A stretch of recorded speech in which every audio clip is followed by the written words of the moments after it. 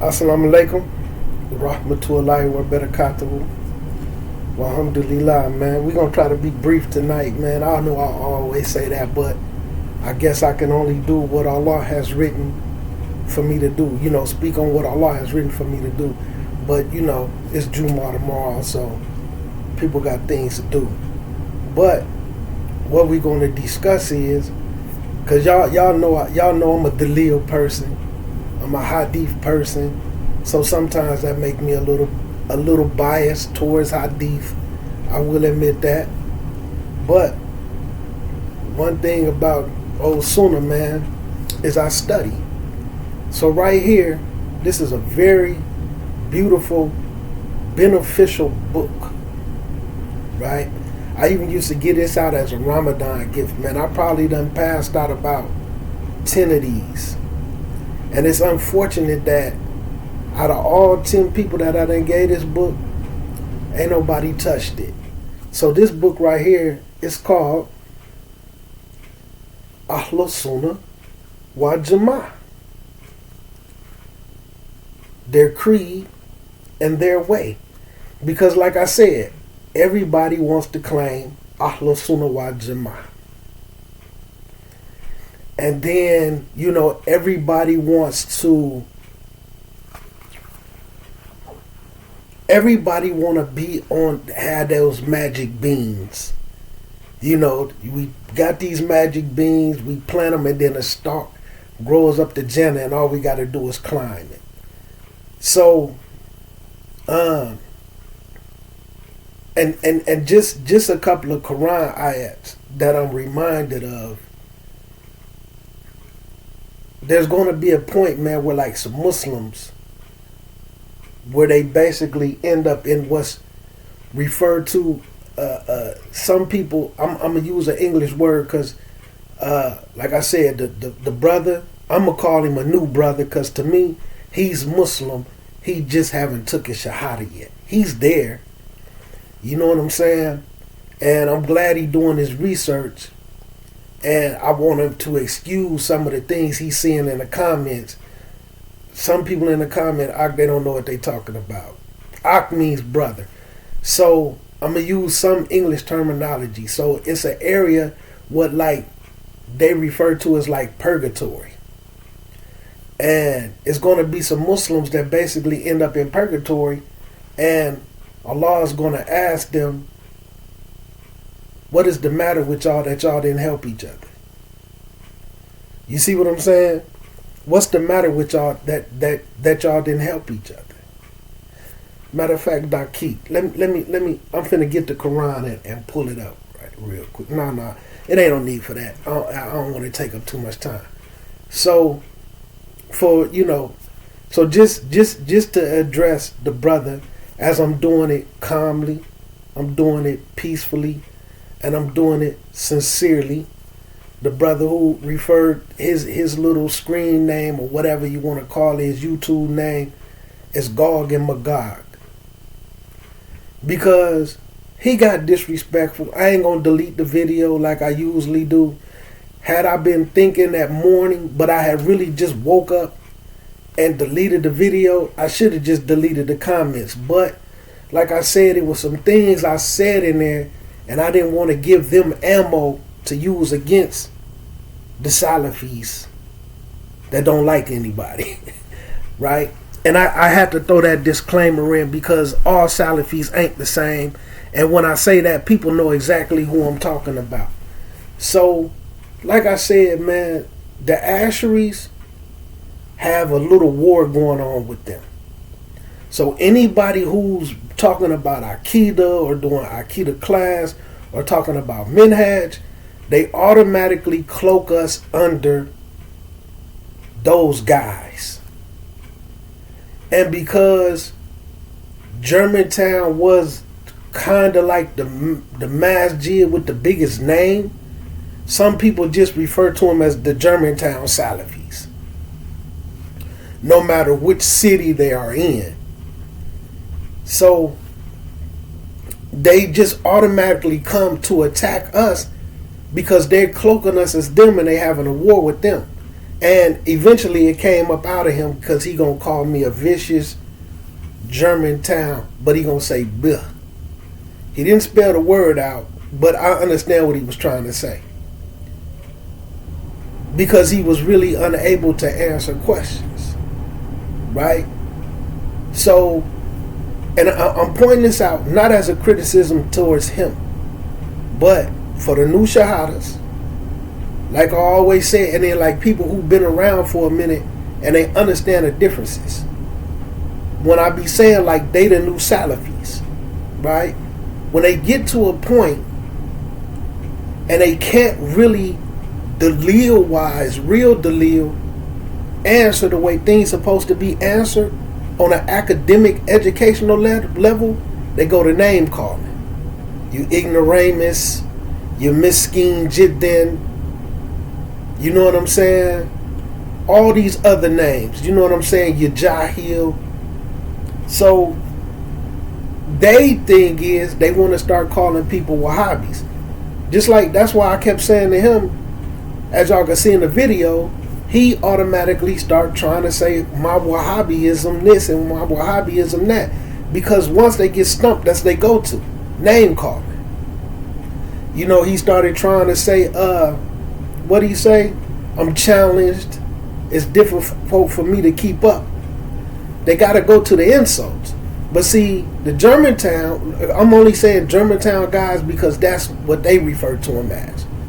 You know my saying, the Salafis that don't like anybody but them, right? They usually go back to name calling and this and that, and the message don't get across from either one of them. I'm not that, so I don't fall into that. But that's why he's coming to me, because they got a secret war with Salafis. So I'm still going to treat him with respect because, one, he's still a Muslim to me. And I understand that Muslims have rights. So I'm going to give him his rights, whether he giving me mine or not. But this is something that we both going to have to deal with Allah concerning this situation. So I want to explain something, because he's throwing the Wahhabi thing on me. First and foremost, Wahhabi is not a real thing.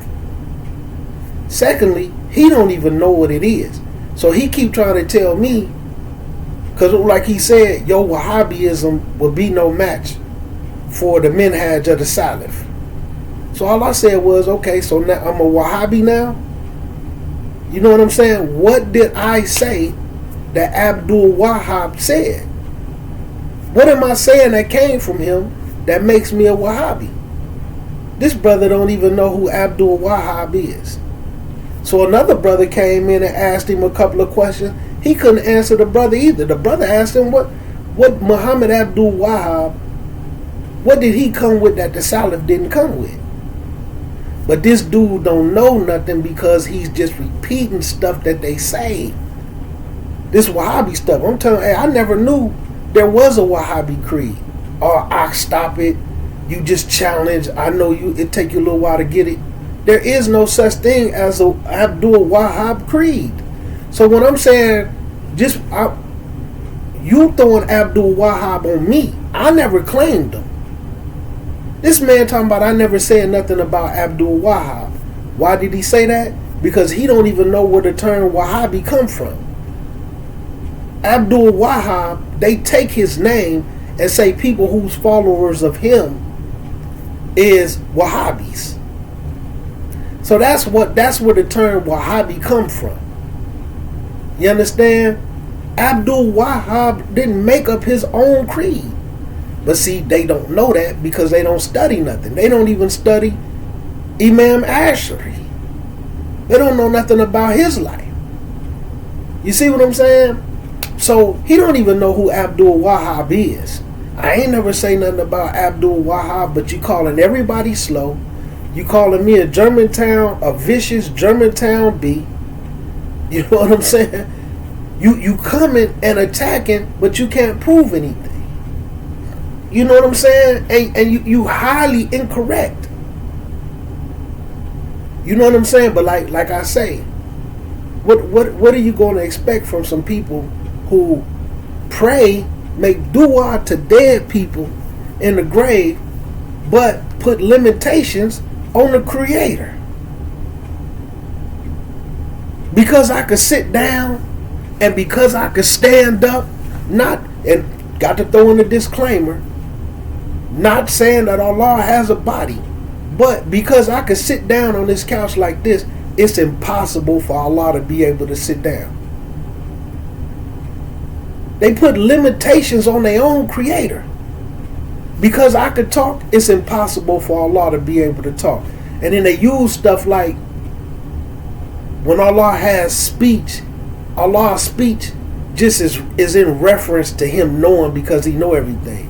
But you don't understand He has a name, Alim, Allah Al-Alim, all knowing, most knowledgeable. When Allah says in the Quran, I am all knowing, why He don't use the word talking or speech? If that's what it means, why does He use a different word? Because it's not the same thing. It's not reference to it. That's y'all stuff. That's y'all foolishness. But they claim Ahlu Sunnah Wal Jamah. They claim Minhaj of the Salaf. Abdul Wahhab was on the Minhaj of the Salaf. So like the new brother, the new Muslim brother, I'm going to refer to you as a Muslim brother, right? Over the time, once the Rasul passed away, or Rasul, the messenger of Allah, once Prophet Muhammad passed away,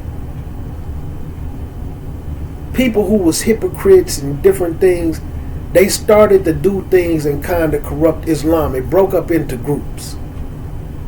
So every once in a while you would have what was referred to as a reformer. And they would come back and call the people to the real version of Islam. What you find in the Quran, what Allah says, what His Prophet said, what His Prophet taught, and what His Prophet did, Prophet Muhammad. And the way that it was understood by the majority of the companions and the righteous people from the Salaf, the majority. That's why you can't pick one isolated person out, even if you call yourself following his madhab, and say, I'm a follower of the Salaf. When you use the term Salaf, plural is implied, because it's 3 to 4 generations of Muslims. So you can't pick one person out, like Imam Ashari, right? Like Imam Malik, Imam Hanifa, or Shafi'i, or Hanbal. You can't pick out one isolated person. That's why ijma has to come in. And that's why, like the certain particular Salafis who say, I follow Quran and Sunnah with the understanding of the Salaf, but then when they get hit with stuff like that, they can't really answer it because they know how to use the term ijma. But if you say, what's the ijma of this? What's the ijma? A lot of them can't answer it. These Ashri cats is the same way. Now they're claiming Salaf. So they claim Ahlu Sunnah Wal Jamah because their Imam left a lot of that stuff that he said, and he came to Ahlu Sunnah Wal Jamah. He can't perfect no or codify no creed for them. The creed was already established. You had to understand who they was. So when it comes to Abdul Wahhab was alive like around 235 years ago. That man passed away in like 1795, if I'm not mistaken. 1794, 1796. Abdul Wahhab, may Allah be pleased with him, passed away around 1794, 1795, 1796. Somewhere in that range. That was like 235, around, we're just going to say 235 years ago. the creed that he was discussing and talking about, this was the creed of Rasulullah sallallahu alaihi wasallam and his companions. And what year we in? 1446, something like that. Let me see, what year we in? Yeah, we in 1446. So this creed is 1446 years old. So how can Abdul Wahhab have a creed? How can Imam Ash'ari codify what Allah gave to his messenger, and his messenger taught it perfectly, flawlessly? How somebody else come and codified it after that? That's batil. So like I said, they attack Abdul Wahhab. Some of them think Abdul Wahhab was alive around the time of like Ibn Taymiyyah and them, because they cloak Ibn Taymiyyah and Abdul Wahhab together, because they think those two people is the main people that the Salafis know about. Because a lot of times, at one particular time, the only thing that you would hear from them was Sheikh Rabi, Abdul Wahhab, and Ibn Taymiyyah, whether they was really quoting them or not. But that was a way of stamping what I said as haq. But where'd that come from? Abdul Wahhab said it, Sheikh Rabi said it, whether they said it or not. You know what I'm saying? I ain't gonna do that to them because they still my brothers in Islam. You know what I'm saying? But what we gonna do? Let's just touch on Ahlu Sunnah Wal Jamah and what their creed really was, since the Ash'aris claim that they Ahlu Sunnah Wal Jamah. Now look at this. We just gonna go to, because he want me to talk about the minhaj of Abdul Wahhab, and then he want to ask me about Kitab Tawheed, because he can't answer no questions. Now he like, it's my time to ask questions because of what I said in the video. But you want to reduce the name calling. But that's cool. You know what I'm saying? Because like I said, I know where that behavior came from. The very people that y'all arguing with, that y'all got a problem with, and y'all trying to stomp out, y'all picked up their exact same behavior. That's why I say y'all two sides to the exact same coin. You understand? And nobody calling y'all. Y'all coming over here to eat. Y'all coming over here to eat. You know what I'm saying? I ain't asked you for no plate. But it just comical to me, because people out here really getting duped by people that don't know what they talking about. You don't know what minhaj is. You don't know what Aqidah is. You don't even know who Abdul Wahhab is. You don't even know what Wahhabism even is. Talking about he got with the British and established the Saudi kingdom or something like that. You need to look into your history, B. You need to look into your history and go and look. Abdul Wahhab was around in 1703. Royal families in Saudi Arabia has been around way longer than since 1703. Now, when they had something established on paper, as people would say it, or things kind of official, man, Abdul Wahhab was a little kid.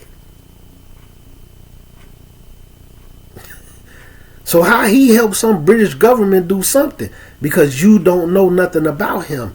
You listening to the rhetoric of these people. Because like I said, when I went to watch one of their videos one time, and they had, it was some title, something with the Wahhabis and this and that. So all I did was say to them, who this term Wahhabi, like, where did it come from? Like, did the early scholars used to use this term Wahhabi? They started naming scholars and stuff that was alive when Ibn Taymiyyah was alive. Ibn Taymiyyah done lived about 500, 600, 700 years, 800 years, 900 years before Abdul Wahhab. So how was they using the term Wahhabism back then when this man was born in 1703? They naming scholars who was like alive in 800 and 820, 765, because they don't know. But look, let's just check out one thing, right? So, one of the first things, the people of the Sunnah and the majority, I translate it as the group of people that's on the Sunnah, the group of people that's on the Sunnah or follow the Sunnah, but this is a term they use, the people of the Sunnah and the majority. Because they making sure that consensus is understood. Ijma. Right? So it says, because the meaning of it is completely clear as is expressed by its title, and they are those who hold fast to the Sunnah collectively. So that's why I say the group of people that's on the Sunnah. Now, just a little bit about them, just to show who Ahlu Sunnah Wal Jamah, where the term came from. Because they had terms like the people of Hadith. Because in the beginning, yes, you did have fiqh, but fiqh came from Quran and Hadiths in the beginning. Then when you started to get madhabs and schools of thoughts, the people who kind of avoided that and remained with the Quran and the Hadith and the Sunnah, they referred to them as the people of Hadith. So the Atharis collectively made a statement, we not budging without a narration. A hadith, something from the Salaf, first, of course, Quran ayat first, Rasulullah statement, Qala Allah, Qala Rasulullah sallallahu alayhi wa sallam. Then ijma. And anybody who can't provide this type of dalil, we not moving forward on this action. That's so from the people of Hadith and then them, this was the formation of Ahlu Sunnah Wal Jamah. Ain't nobody come clear up and codified the laws and regulations. They was calling people back to the actions of Rasulullah sallallahu alayhi wa sallam. They had a saying, stop where the Rasul and his companions stopped at. Don't go no further than what they did. Right? So check this out. Verily, we have summarized this treaty into subjects. The head of them being, first, clarifying the methodology, which is minhaj. Because so I'm going to say, you ask for the minhaj of Wahhabism or whatever. Which Wahhabism is not a real thing. It's just a slander. Something that y'all came up with to tie the Salafis to it. Y'all call the Salafis Wahhabis because some people hated Abdul Wahhab. They claim him for being all this murderer and this and that. But they talking about things he did during times of war. Same thing that the companions did during times of war. But they don't lay blame on the people who tried to attack him or his people or whatever was going on that y'all really don't know nothing about. So this is clarifying the minhaj, the methodology of Ahlu Sunnah Wal Jamah with regards to the names and attributes of Allah, along with clear examples. Let's see if they really from Ahlu Sunnah Wal Jamah. The methodology of the people of the Sunnah and the majority with regards to the names and attributes of Allah is that they concern themselves with the names and attributes which Allah has affirmed for himself in the book and that which comes in the authentic narrations of his messenger sallallahu alaihi wasallam. So if Allah said about himself, who are y'all to change it? One example. Allah said he has hands, and I just like to use that one. Allah said he had hands. Allah said he created with them hands. And I only named the one with Adam There's a lot. There's Allah says this several times throughout the Quran about things that He created with His hands. Right? Not saying, and then like we have to even with me talking, nobody is thinking Allah has human hands, because we know Allah is Allah. Just like I say, when they talking about a monkey, be like, man, that gorilla got some big hands. Nobody think of human hands on a gorilla. Don't nobody think human hands when Allah is referring to His hands. This is just some rhetoric that came from you people, because a person came from the Mu'tazila with some corrupt beliefs. All the times that Allah Azza wa Jal say that, so now y'all got to turn it into a metaphor. His Prophet Sallallahu Alaihi Wasallam never said that they was metaphors. But let's continue. Right? So what comes from Allah's book, right, was authentic narrations from His Prophet, the Hadiths, Sallallahu Alaihi Wasallam. Take them up on their apparent meanings without imitating the muhafirin.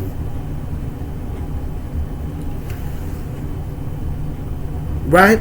Now listen to this. Take them by their apparent meaning.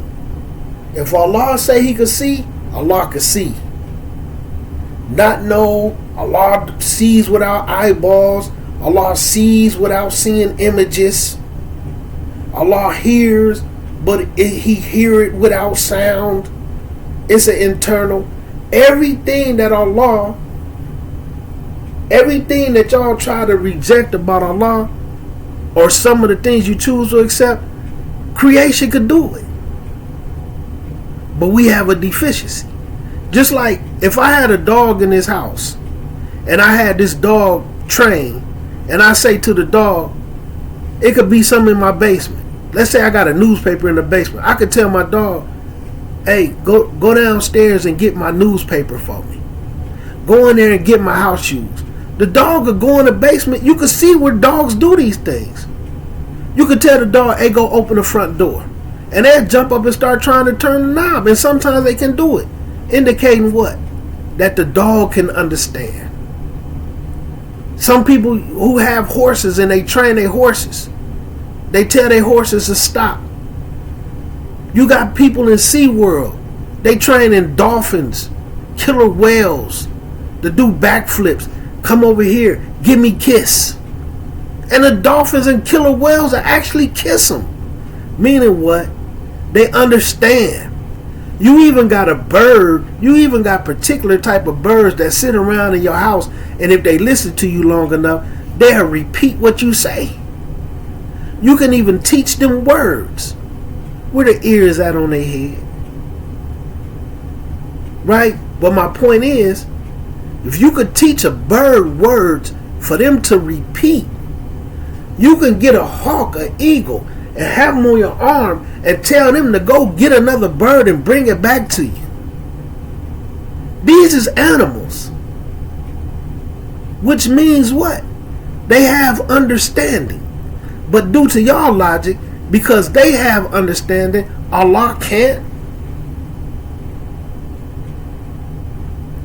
Y'all see the flaws in this?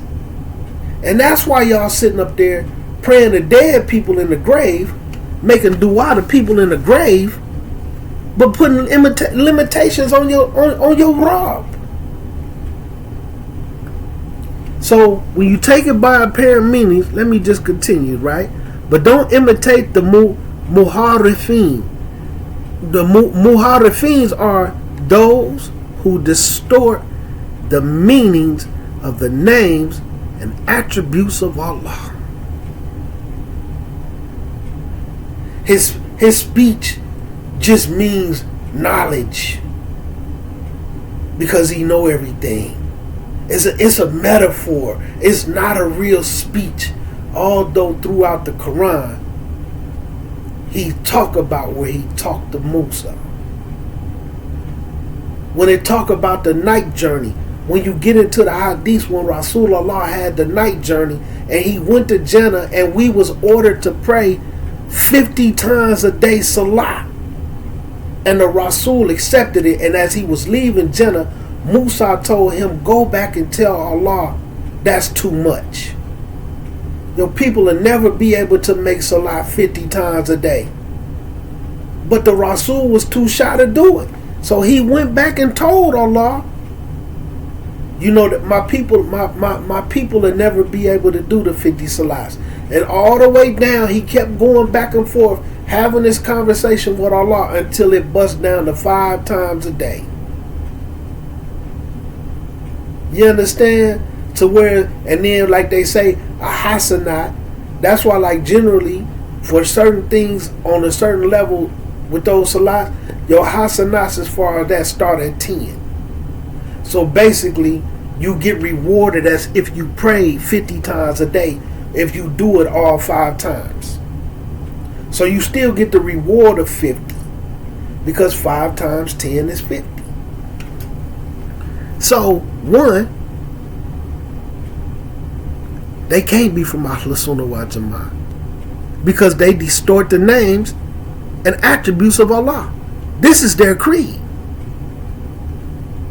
This has been their creed. This was their creed when they came and started to put belt on them individuals back in the day that made Imam Ash'ari lead the Mu'tazila.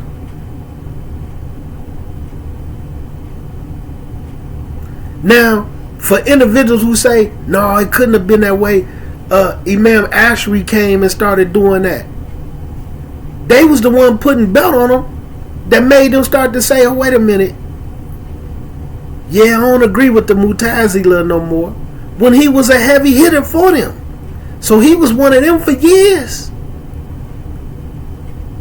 This was already their creed. That's what started to change his mind.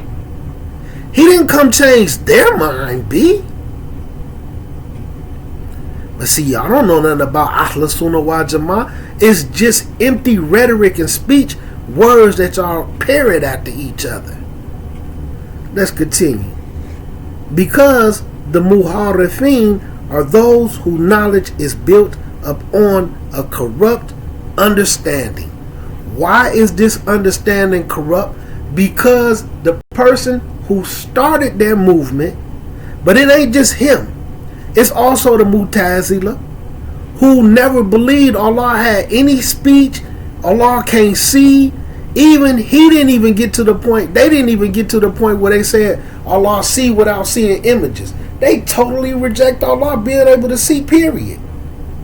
And due to all of these discrepancy, it graduated all the way up to the foolishness about Allah exists without time and a space and all this other foolishness because Allah created time.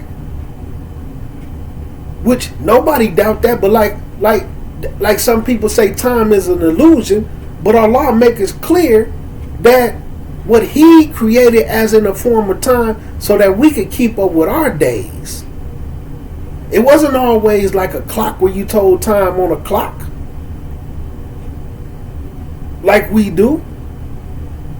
You know what I'm saying? So they don't even understand technically what time is because they keep going into being able to tell time with a clock, a watch on your arm. You got to go back and look into where Allah say He created 12 months in a year, of which 4 of them is sacred. Then in the Quran, He reveals how the night and day, the night comes to cover the day and this and that, so that we can understand nights and days. When it's time for us to look for Ramadan and to calculate Ramadan, what we got to do? We look for the moon. We calculate the months by moon. So technically, it's still not time. It's just a way for us to calculate and keep up with the months and days. Not as 1 o'clock, not as 2 o'clock. When it's time for Fajr, we know how to look at the sky. When it's time for Dhuhr, we know how to look at the sky. When it's time for Maghrib, we know how to look at the sky. When it's time for Isha, We know how to look at the sky. You don't need no watching the stuff that y'all considering to be time. It's because y'all don't understand. Y'all logic is flawed and corrupt. You got to go back to what they was doing. They wasn't walking around with a Vine clocks on their phone. They wasn't walking around with no phone that had the time on it. That's what time is according to y'all, right? A stop clock. So, genius. We all exist without time. But we all gonna grow and get age because this is what time is to y'all. Sun, moon, and stars. You think the sun knows 2:29 a.m.? You think a dog know that? You think a cat know that? You think a whale know what time it is? Y'all ain't saying nothing spectacular. Y'all just putting limitations on our law. Because y'all don't know no better, see? Because y'all up on a corrupt belief system. It started from corruption. But look what else it say. Right? Their knowledge is built and up on a corrupt understanding. And that's why I'm repeating what I always say. It's cool to be wrong. Staying wrong is the problem. Because if you don't fix that wrong belief system that you have, as you go up to study, you're just going to corrupt your whole deen. Because you don't have the right understanding to begin with. And look, just that's why it blow my mind to listen to them today.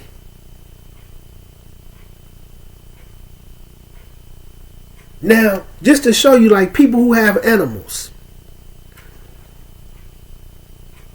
Them animals know, they don't need no clock to know what time people getting off work. Whether they hear the car or anything like that, because people who have animals and they had kids who grew up around them, they not pulling up in no car. They probably not even close. Them dogs will go sit by the door at that usual time that they come. And then when they don't show up, the dogs might whimper or something like, it's time for them to walk through this door. Do they need a clock for that? See, so y'all concept of time and trying to put a limitation on Allah is flawed. But y'all want to talk about all these, this right here is a sign and symbol of Allah. Y'all don't understand. Y'all not really like that. Let's continue. Right? So look, the knowledge is built up on a corrupt understanding, or their objective was corrupt, whereas they thought that their understanding of these names and attributes are affirmed in the text, or they believe by affirming these names and attributes literally, they are committing tanthil, likening Allah to his creation. Who is that, baby? It sounds like some people that's the opposite of Ahlu Sunnah Wal Jamah to me. I don't care how much y'all throw around the word Salaf. I don't care how much y'all throw around the word minhaj. I don't care how much y'all claim to be from Ahlu Sunnah Wal Jamah. This is not the creed and understanding of Ahlu Sunnah Wal Jamah that y'all have. Due to this, they change the meanings of the words from their right places, thereby causing them not to understand correctly. Y'all not Ahlu Sunnah Wal Jamah? Y'all not Ahlu Sunnah Wal Jamah? And I'm not one of them. I'm not no a vicious Germantown bee. I'm not one of them. They my brothers in Islam. They my brothers in Salafiyah. Belief system, yeah, we got the same belief system, but education and mannerism, we don't share. Education and mannerism, we don't share. Let's continue.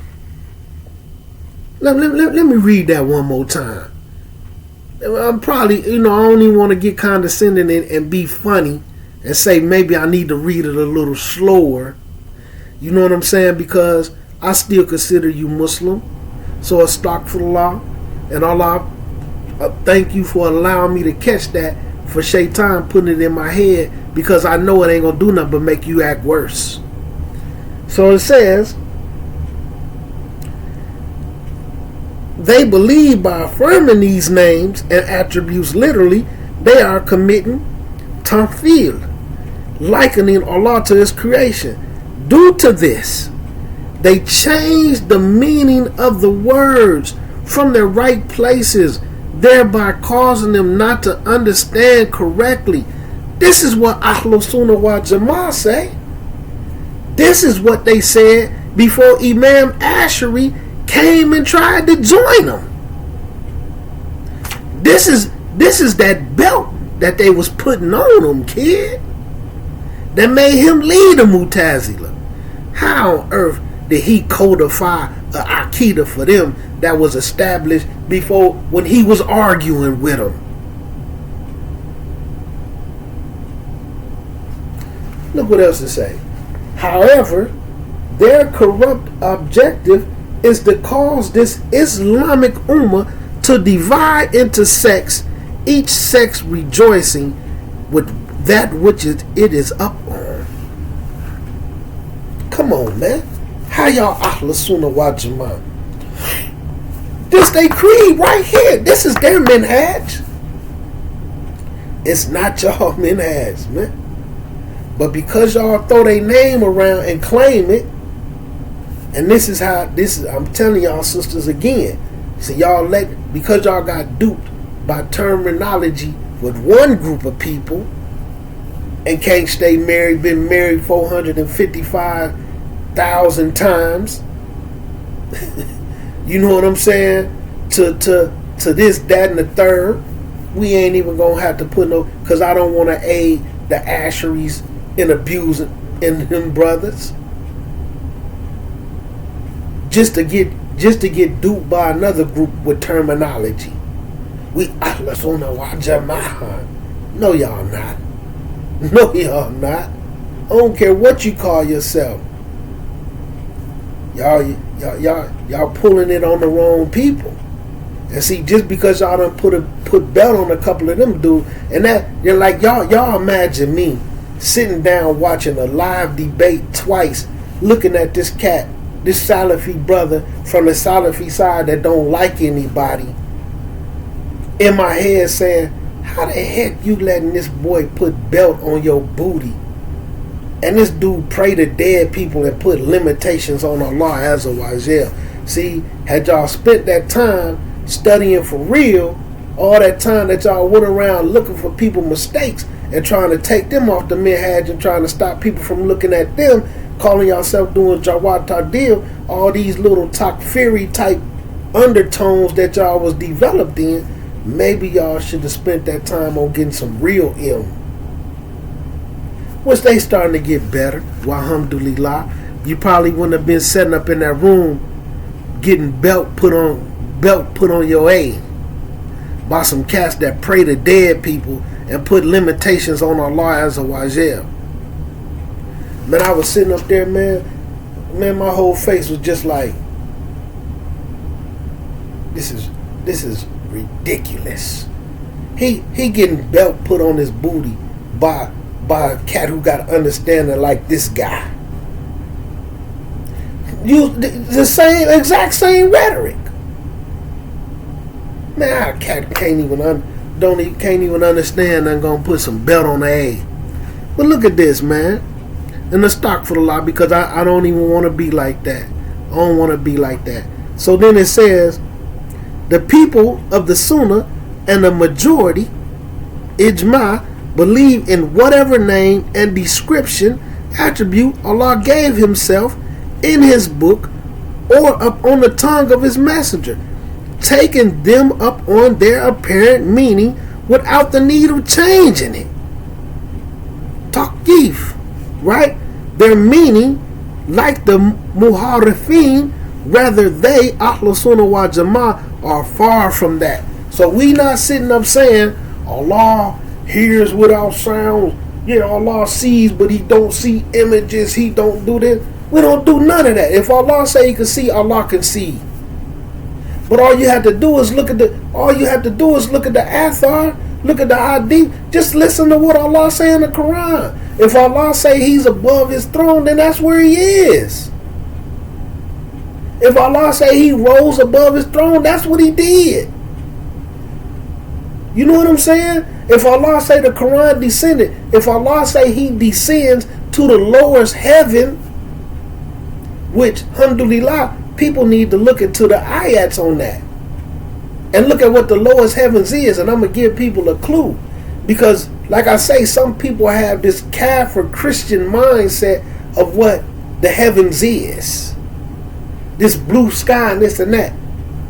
In the Quran al-Kareem, Allah Azza wa Jal make it clear that He adorned the lowest heaven with what? Planets and stars, baby. So the lowest heaven, the lowest part of the heavens, like right up under that thing that, and like I say, these things is a guard to keep the jinn from coming to that point. So right there where the sun, the moon, those things, the stars, that's right up under that lowest heaven, man. That's how far away it is. So, just knowing that if Allah Azza wa Jal says and I'm saying this because some of these knuckleheads, I talked about it in a video, Astaghfirullah. I didn't mean to call them knuckleheads. Astaghfirullah. But some of them Ash'ari and Sufis, like Hamza Yusuf, and I heard Hamza Yusuf say this with my own ears, talking about for the people who live on the bottom of the earth. How can you say that heaven is above? Right? This them. Because they want to prove that Allah isn't above us. How can we say that heaven is above when the people on the bottom of the earth is below them? Boy, you sound silly. So, all you have to do is, if you know your Quran, but see, because they change things, just like Ahlu Sunnah Wal Jamah said, because they change the meanings, because they change the words, and they do all this tangling and twisting, they can't have a correct understanding. If Allah says the lowest heavens is adorned with the planets and the stars, what do you have to do to see planets and the stars? What you got to do to see the sun and the moon? You got to do this, don't you? I don't care if you're on the side of the earth. I don't care if you're on the bottom of the earth. I don't care if you're on the top of it. I don't care if you in it. You got to do this. Common sense. Put your thinking cap on. But now y'all got to do all of this just to prove a point that don't even make no sense. But then y'all want to dupe the people talking about y'all Ahlu Sunnah Wal Jamah. Y'all not Ahlu Sunnah Wal Jamah. Here, this is their creed right here. Y'all don't have it. This is their minhaj. This is the methodology of their belief system. Y'all totally contradict this. And where does this belief system and methodology come from? Allah, Quran, His Prophet and Messenger, right? Wa Nabi, Rasulullah sallallahu alayhi wa sallam, within his hadith, and with ijma, the majority of his companions. On their tongues, in their heart, it's just common sense. If Allah says in the Quran that He adorned the lowest heavens with the stars and the planets as a protection for the jinn, who also, just to beautify it, look at this. Look at this uniqueness. You sitting up here worshiping a statue. You sitting up praying to somebody in the grave, making dua. Your grandchild, your wife, your husband done passed away tragically, and you talking about they up in the sky watching over you. Can they make the sky beautiful like this? Look at this beauty in the nighttime. Also, so that it light up the sky, man, where you can see through some moonlight in front of stars in super dark times when we didn't have street lights and buildings and big gas station and McDonald's signs and stuff that light up the stuff. Who these people that y'all worshiping besides me, besides not me, but Allah Azza wa Jal, who could do this? And it's a protection from the jinns who come up and try to eavesdrop for shaitan and the shooting stars and things, shoot at them and run them off. Y'all don't understand, man. And that's why I be telling people, man, they not like that, but they not like that. I don't care, just like with the group before y'all. I don't care what type of words you use. I don't care how beautiful you can use an Arabic speech. You don't know what you're talking about. You don't know what you're talking about. You're just trying to be argumentative and confrontational because you cloaking me under a group that y'all at war with, because these people been attacking y'all all these years when y'all the exact same type of people. And now that y'all getting y'all numbers up, and now that y'all getting y'all a few masjids, y'all taking on that exact same behavior. It's kind of like when somebody beat their kids. Sometimes people grow up and then beat their kids. Y'all turning into the abusers. And y'all running up on people and ain't even right. Just like them, they run up on 1,000 million people talking about they masjids, a bid'ah, and they this, that, and the third with absolutely no proof. Y'all just attacking without right and for no reason. And y'all doing the exact same thing. And you're not even right. Y'all want some more? You want some more? Look at this right here. Right? So, Ahlu Sunnah Wal Jamah is far from that. Also, it is unlikely that one derives from this that which is not befitting Allah to have attributes that are deficient. Like I said, man, they put the deficiency on Allah and put the superiority on the human. Allah can't, like I said, Allah can see like us. We can't see like Allah. Allah can hear like us. We can't hear like Allah. Y'all not Ahlu Sunnah Wal Jamah. Y'all not Ahlu Sunnah Wal Jamah. Let's continue. Right? Which is not befitting Allah to have attributes that are deficient or resemble the creation. As in, Allah can see like us, but we can't see like Allah. But anyway, let's continue. Due to their Ahlu Sunnah sticking to this lofty methodology, they are free from deviating and making denial of Allah's names and attributes, nor do they affirm a name or attribute for Allah except with what Allah has affirmed for himself or what has been affirmed for him by his messenger sallallahu alaihi wasallam, without adding or subtracting anything from it. This is why their methodology concerning the names and attributes of Allah were based upon what came in text, the Matan. We need the Athar, kid. You understand?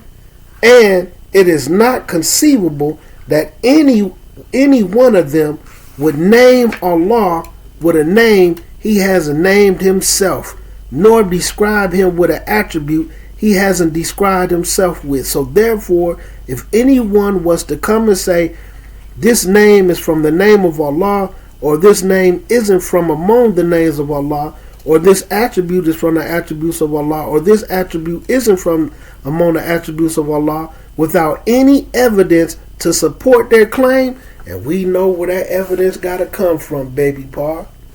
Quran and Sunnah. We know where the evidence got to come from, baby pa. Y'all still don't have that. Even out your own mouth, for not only you, but a lot of y'all. Imam al-Ashari codified this system. Let's continue. Right? Without any evidence to support this claim, they surely, without a doubt, he would be speaking about Allah without any knowledge. Indeed, Allah said, and then it goes into some Quran ayats.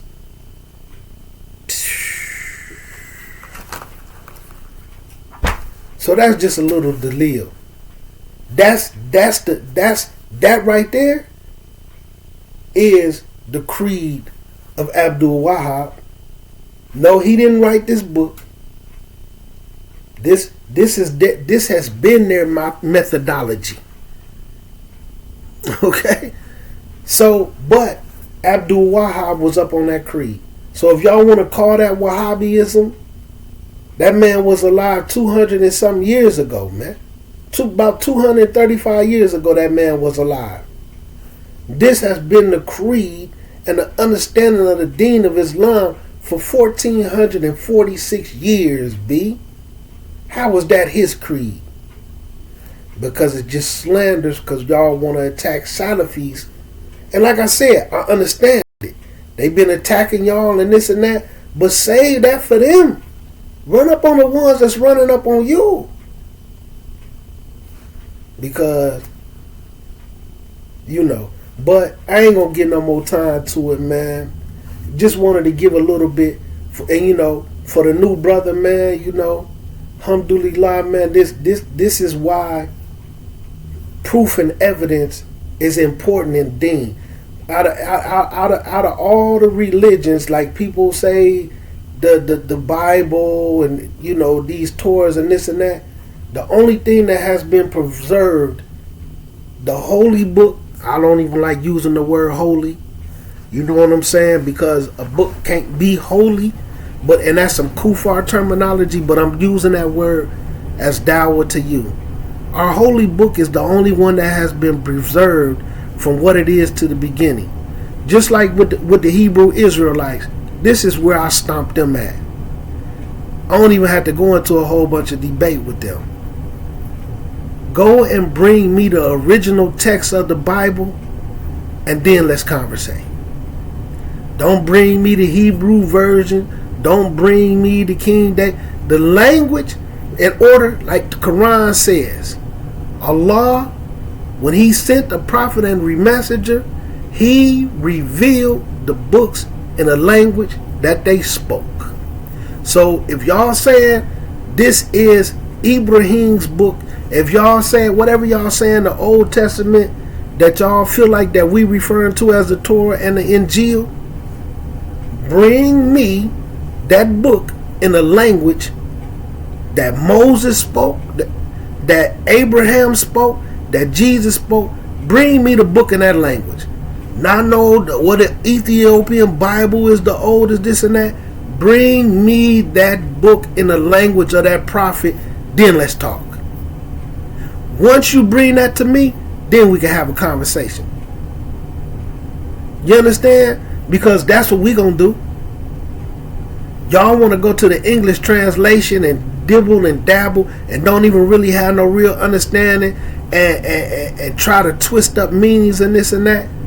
Because like I said, I already know y'all here. Some of y'all done conversated. Bring the book in the original language of the prophet, the whole book. Not before it went into Latin, not before it went into this. Where's the original language of that book? And for, like I say with the brother, we also have what's called hadiths, which explains the actions of how the prophet lived and taught our holy book. Nobody else has that preserved. They claim to be followers of Jesus and this and that, but you barely even know what Jesus did. You know what I'm saying? You barely even know what Jesus did. We know what the Rasul ate. We know what his favorite food was. We even know how he used the restroom. Our Our religion even teach us how to use the restroom, bruh, because the deen of Islam is a way of life. Even the way we supposed to lay down and go to bed, even the way we supposed to eat, a certain amount of food and a certain amount of water and a certain amount of air. All of that's preserved. We the only ones that have it. There's no room for speculation. But you have people who don't want to change, and they change the word so that they could keep being just as corrupt as they want to, because Shaitan, the devil, don't want them to end up in Jannah, in paradise, in what some of the non-Muslims refer to as heaven. You know what I'm saying? We technically, what they refer to as heaven is deficient to what we call Jannah. Just like hell, we usually don't really use the word hell because the hellfire, Jahannam, those words is deficient to what it's really going to be. It's a complete way of life. But unfortunately, we corrupt it. But it's the truth.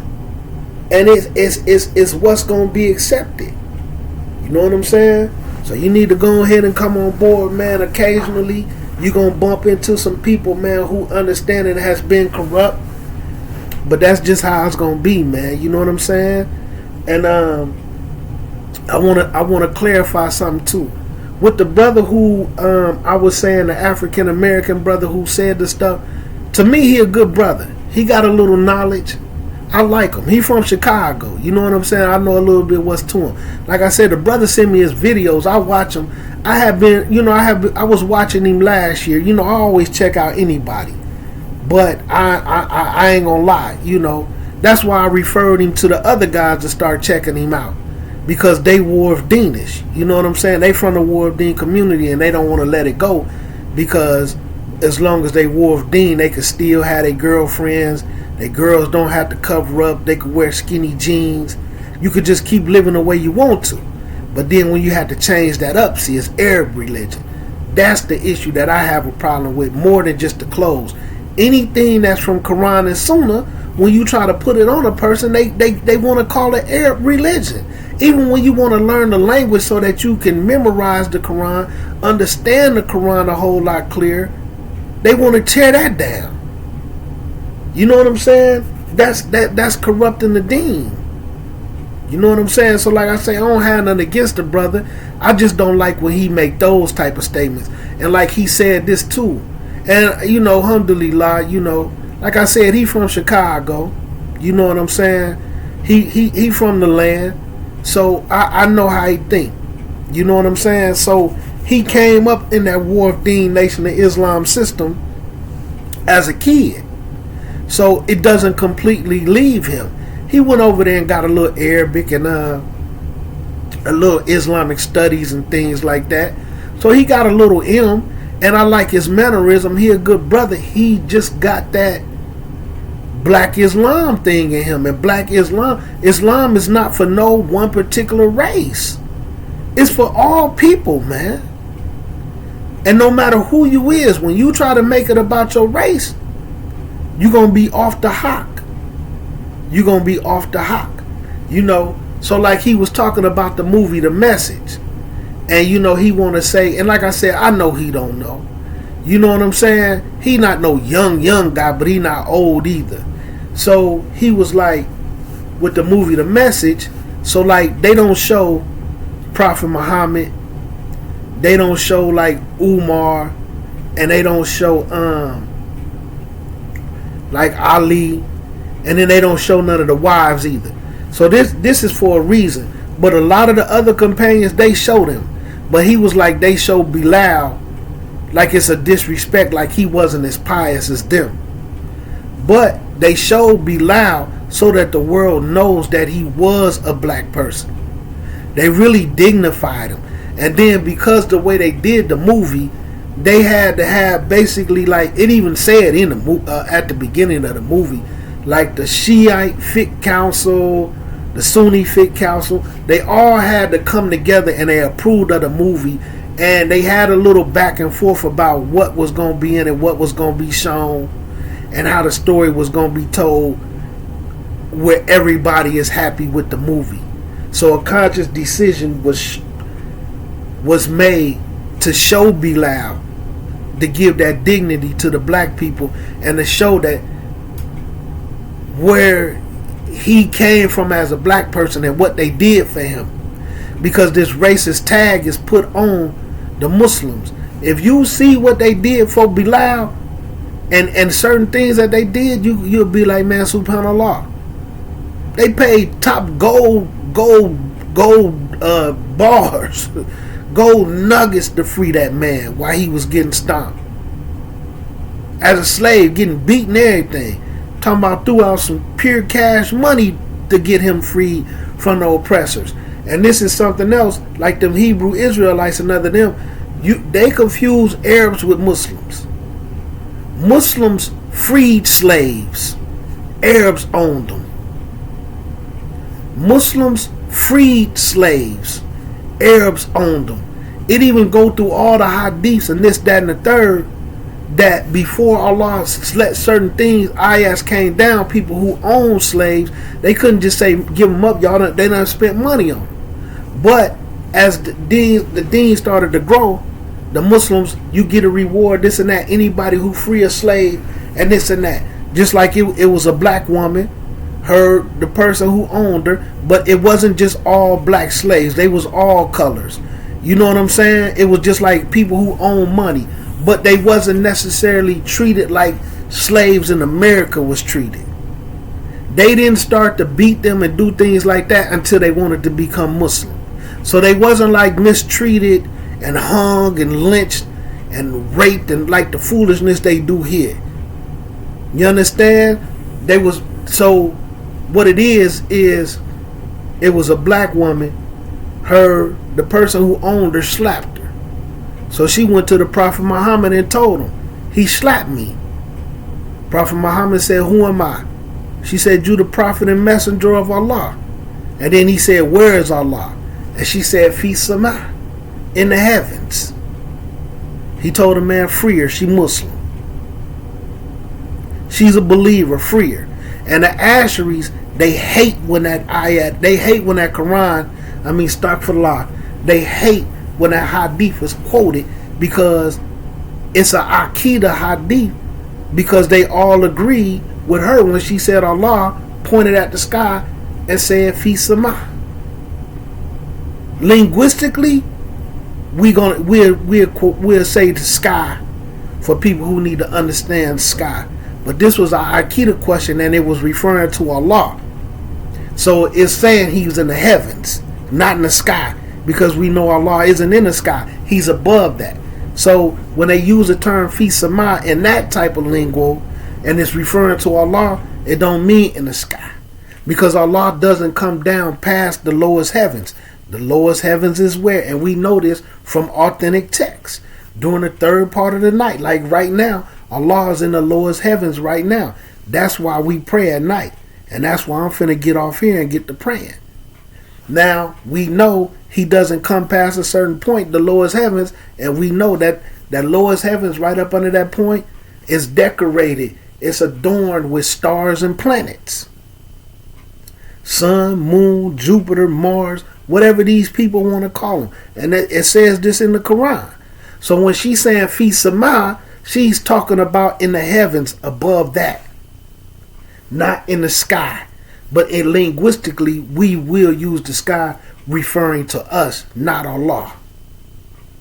And they hate that because this proved what the Rasul and them thought he was. When she said that, the Rasul didn't say, oh no, Allah isn't there. Allah is nowhere in a place where he created, because he exists without a place.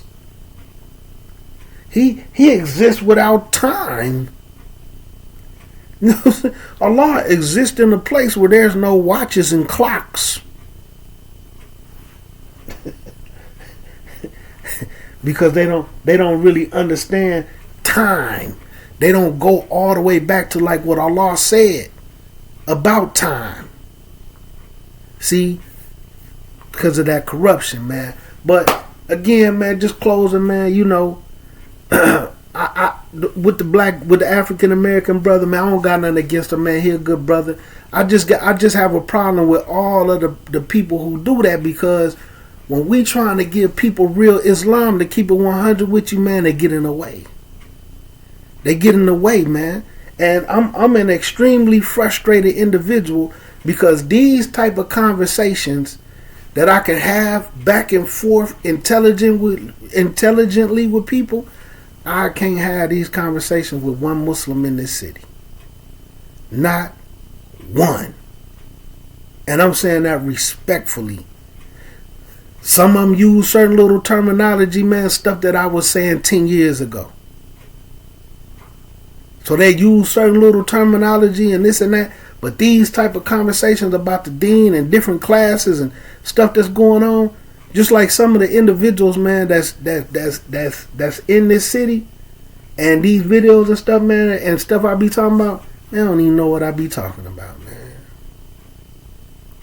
And it's due to this black stay away from Arab Islam mindset that a lot of them have. Mixed with that Wharf Dean, with that gang stuff, man, that Black P. Stone, Vice Lord, Four Corner Hustler, Mickey Cobra stuff that they got mixed in there. And a little bit of that Moorish American, it just all of it mixed with some Ahmadiyyan Nation of Islam stuff, man. And they don't want to leave it alone, because real Islam, what they call Arab Islam or being Arabicized, it calls for them to change, and they don't want to. And that's why we not cleaning up nothing, man. We just continuing to be the same Muslims. Now I say this, some people will rise above the madness, but not the majority. Not the majority. So, you know, I have a different type of frustration, and trying to get them in a class, trying to get them to sit down for just long enough to learn some Arabic and really get into it. You know what I'm saying? Because we do a lot of Hollywood talking in Illinois, man. Yeah, man, I want to study, man. I want to learn. I want to do this. We'll buy a whole bunch of books and everything and never touch them. It's crazy, man. So I'm finna get up off of it, man. I'm gonna show this before I go pray. This right here, man. This what I'm taking a class on right now. This a book by Ibn Taymiyyah, right? Hard. It's called Pursuing Distinctive Guide in Pursuing the Straight Path and Define the Path of the People of the Hellfire by Sheikh al-Islam Ibn Taymiyyah. Whew. I'm actually behind a couple of lessons, man, because I've been dealing with some other stuff, but this what I'm in class for right now, going through this book and another one. But this right here, I actually did a video on a little bit of it, because that class was me, Deeds, our little group, we in it. The new Shahadas ain't, because it already started. Plus they got to come up a little bit, you know what I'm saying, before they start doing what this. Got to make sure they understanding is correct before they start hitting them sciences with a corrupt understanding, and it just mess up everything. But yeah, this right here, like I say, people can go buy it. You can buy the book. But when you sit with them with a teacher and get it explained, and then they read it in Arabic, and then like you go along in English, but they'll read the Arabic, and then they'll let you know like where it's a mistake in the translation. And this is for people who Arabic just ain't strong enough, like me, without me having to get out dictionaries. And I'm gonna close with this advice. Somebody said to me, why you don't got all your books in Arabic? And I sit down and say, the books of knowledge that I have, like my books of Hadith, they got the Arabic in them. Why would I get them all away just to buy Sahih Bukhari in all Arabic when the Arabic are already in it? Plus, I might marry someone who Arabic ain't like that. They still need to read to understand. So, and like I say, I see people just like Lulu Wal Marjan. My books are Hadith and all my books like that, they had the Arabic in them. Some people will go try to buy these Arabic books, man, for the aesthetic. I got all these Arabic books. I got this library, this and that. But they can't really understand none of it. They need that English as training wheels. Plus, you never know when a person, I deal with a lot of Muslims, man. You never know when somebody might want to sit down with you. So, that's my advice, man. I wouldn't advise people to start buying all Arabic books until you truly, truly, truly like that. Because you're going to end up wasting your money. You know what I'm saying? Especially when all your books are hadiths and things like that. They have the Arabic in them. The Arabic and English, best of both worlds. So, like I say, man, I'm telling you, I see people who try to do it. I don't want no English books on my shelf. You know what I'm saying? And you could just say something to them like, Mada tafalu. You know what I'm saying? Mada tafalina. They be like, huh? You know what I'm saying? Mada turidu. Like, huh? You ain't ready for no Arabic book. And those just simple things. What are you doing? What do you want? And you think you finna understand some Fusa? Nah, man. Get that book in English, man. Don't let them people, man, tear those books in English all the way down like that because they can't give it to you. You know what I'm saying? But anyway, man, and no harm to the Gog Magog dude. I know I ain't getting through to you. I'm not trying to.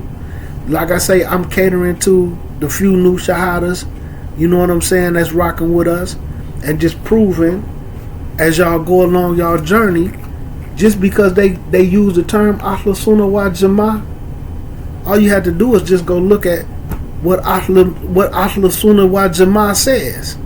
See, that stuff that they be doing just be talking. Go look and see what Ahlu Sunnah Wal Jamah actually says. And you will start to see they contradict Ahlu Sunnah Wal Jamah.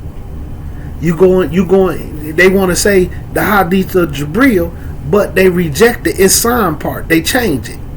Because the Ihsan part talks about worshiping Allah as if you can see Him and as if He can see you, referring to the same sin. Like it says, you leave the apparent meaning. You don't sit around and say He don't need eyeballs, He can't see images. Just leave it alone. And as a matter of fact, I'm going to do them one better just to show y'all that all Asheries back in the day wasn't like them. Doc Keith, give me one moment. Let me grab a book real quick. Let me close this. Doc Keith, one moment. Alright. So, right here, Sahih Muslim, right? With the full commentary by Imam An-Nawawi, right? That might be blurry. Imam An-Nawawi was Ash'ari. Okay?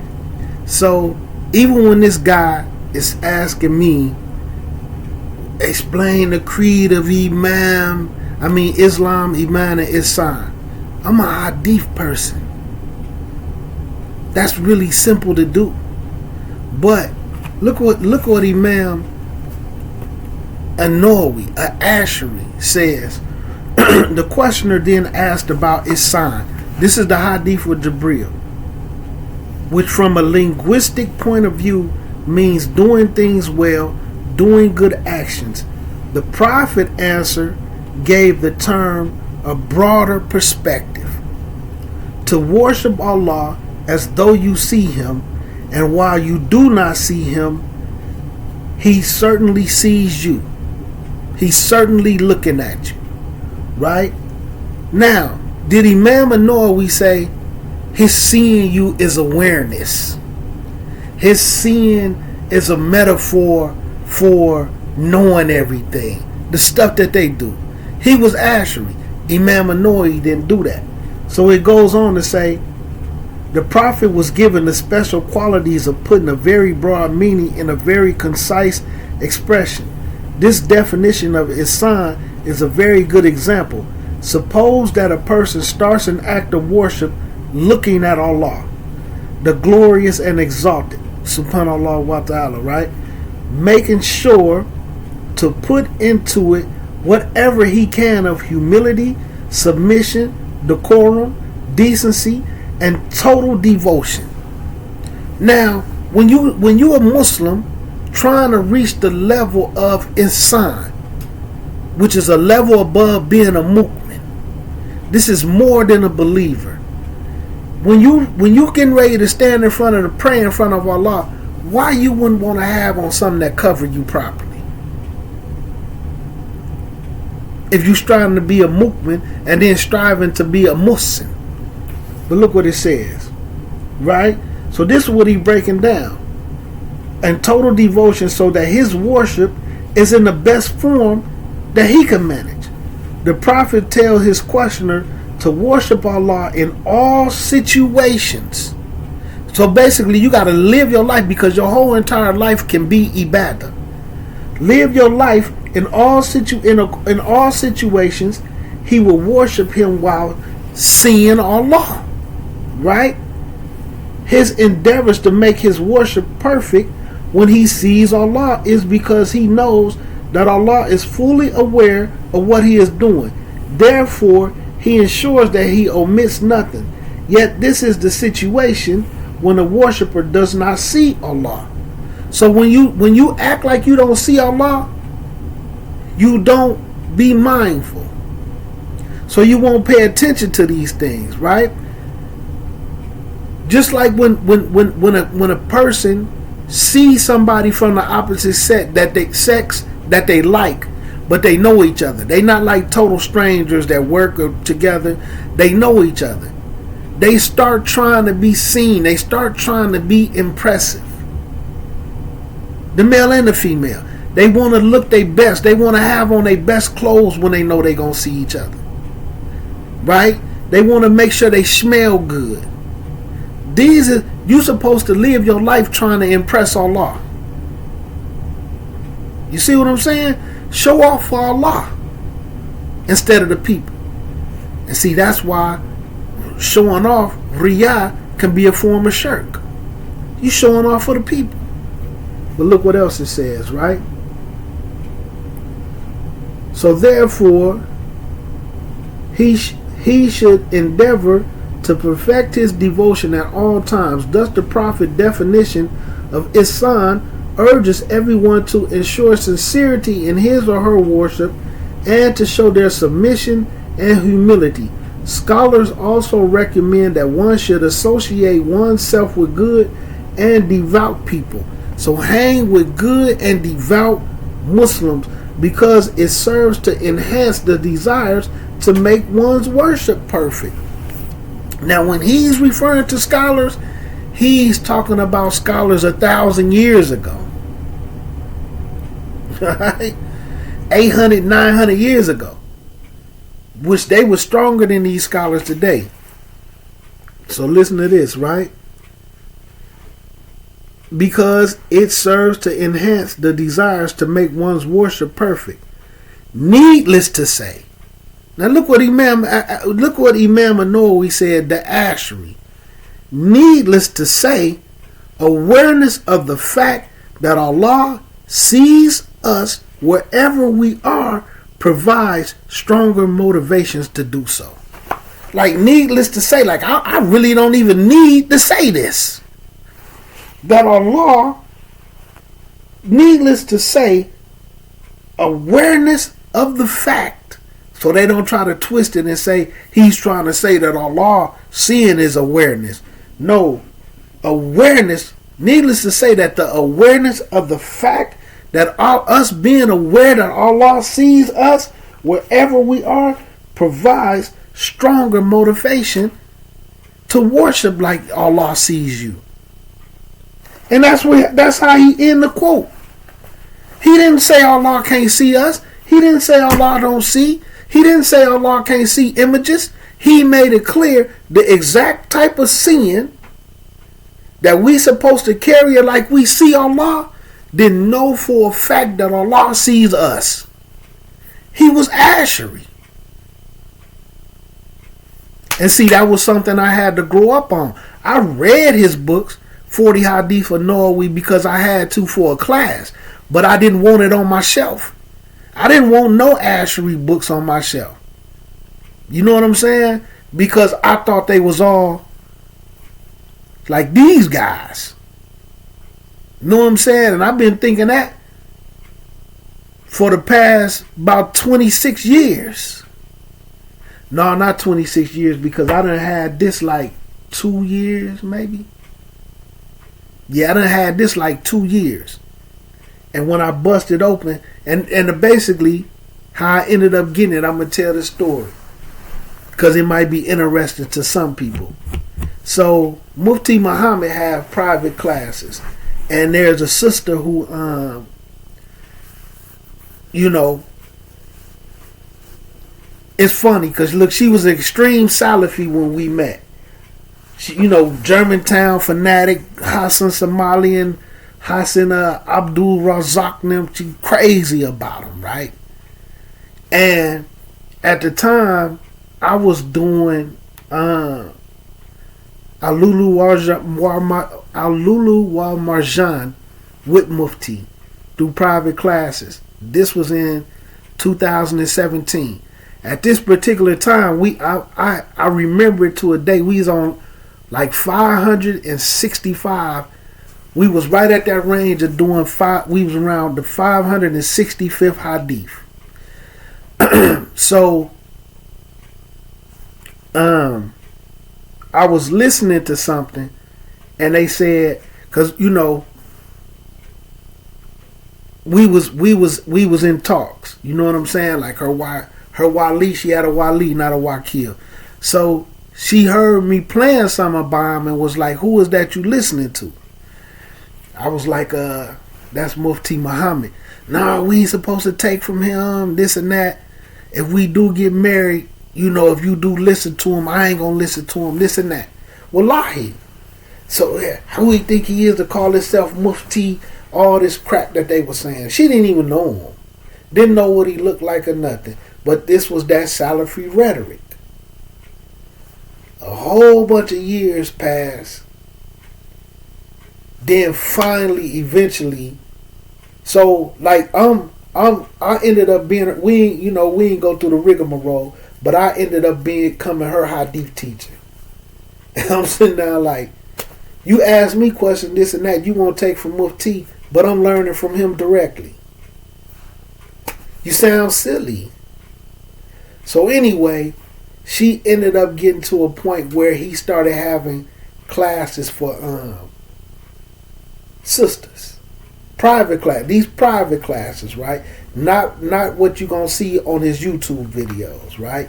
And from what I've seen, any of his private classes, I still have yet to see any of them end up on YouTube, right?